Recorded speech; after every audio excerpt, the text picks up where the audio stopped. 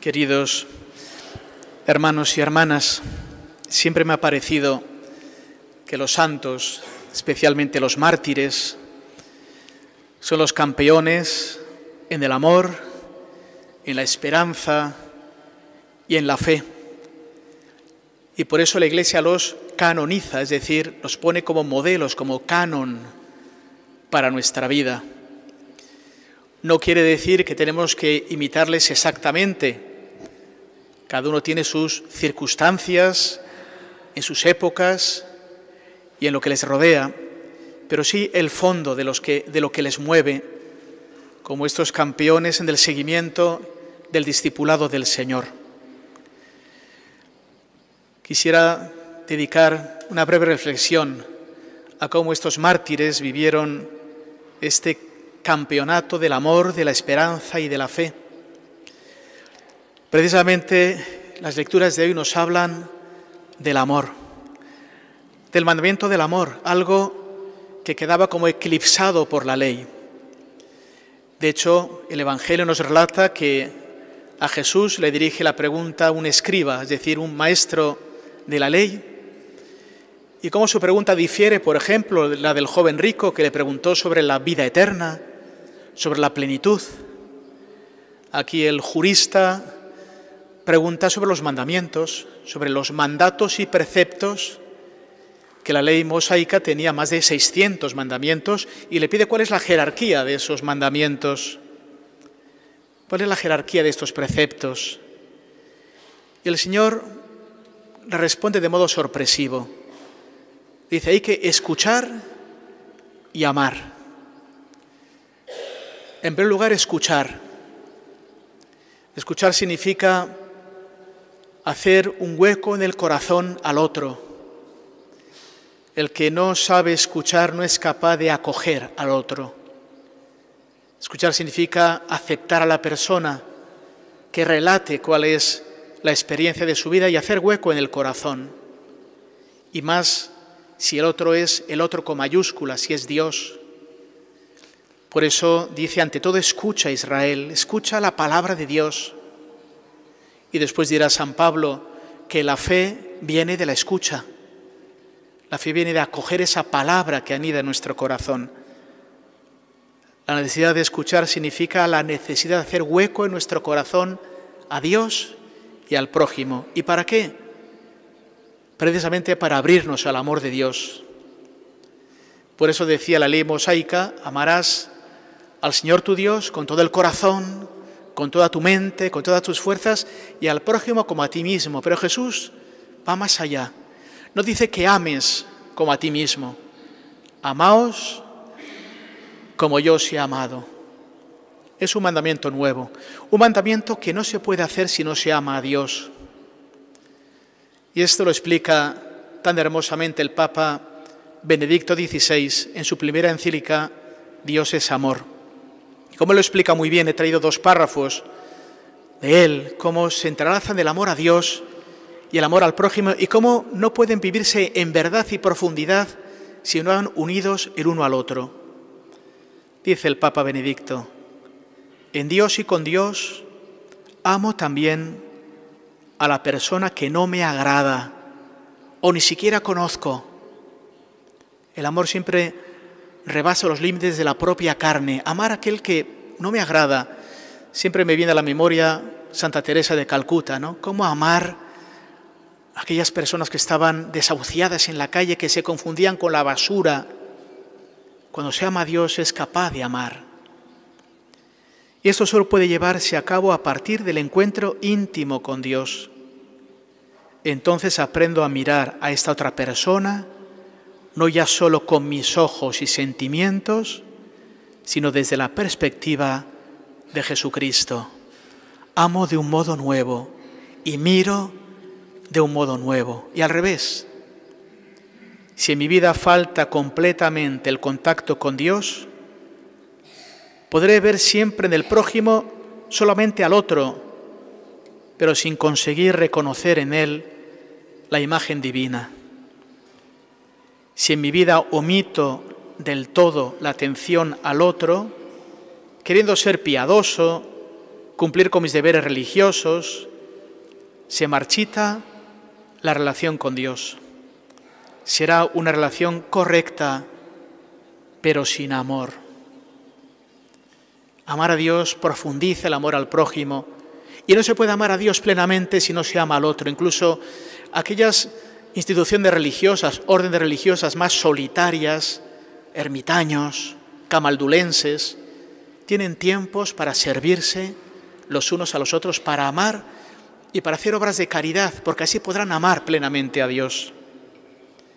Y los mártires hicieron suyas las palabras de Jesús: no hay amor más grande que el que da la vida por sus amigos, como el buen pastor, que ante el peligro no huye ni abandona a su rebaño, sino que las defiende y da su vida por ellas. También los mártires son campeones en la esperanza. El Papa Francisco, en la bula de convocatoria del Jubileo de 2025, que vamos a abrir en Navidad, nos dice: Jesús muerto y resucitado es el centro de nuestra fe. Por nosotros atravesó el drama de la muerte. La esperanza cristiana consiste precisamente en esto: ante la muerte, donde parece que todo acaba, se recibe la certeza de que gracias a Cristo, a su gracia, que nos ha sido comunicada en el bautismo, la vida no termina, sino que se transforma para siempre. Los mártires construyeron su vida en esta gran esperanza. Apoyaron su existencia en las palabras del Salmo que los domingos solemos rezar en laudes, el Salmo 62, en que decimos: tu gracia vale más que la vida.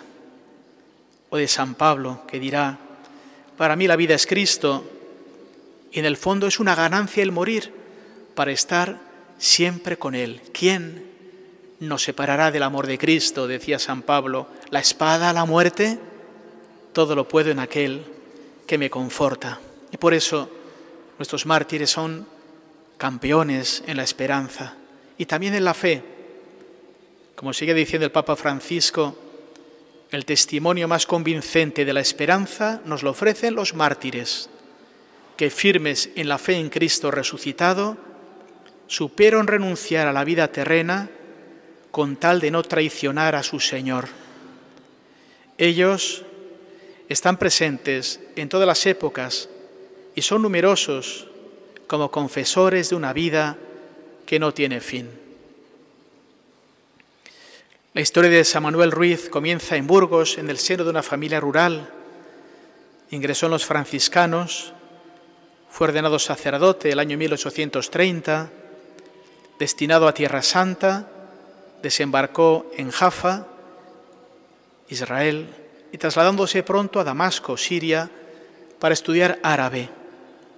En Siria fue párroco de la iglesia de la Conversión de San Pablo, pero allí enfermó y fue trasladado al convento de Lucca, Italia, para que mejorase. Como no mejoraba, volvió a España, a Burgos, a su pueblo natal, y luego a esta ciudad, donde durante 10 años ejerció en nuestro seminario diocesano como profesor de hebreo y de griego.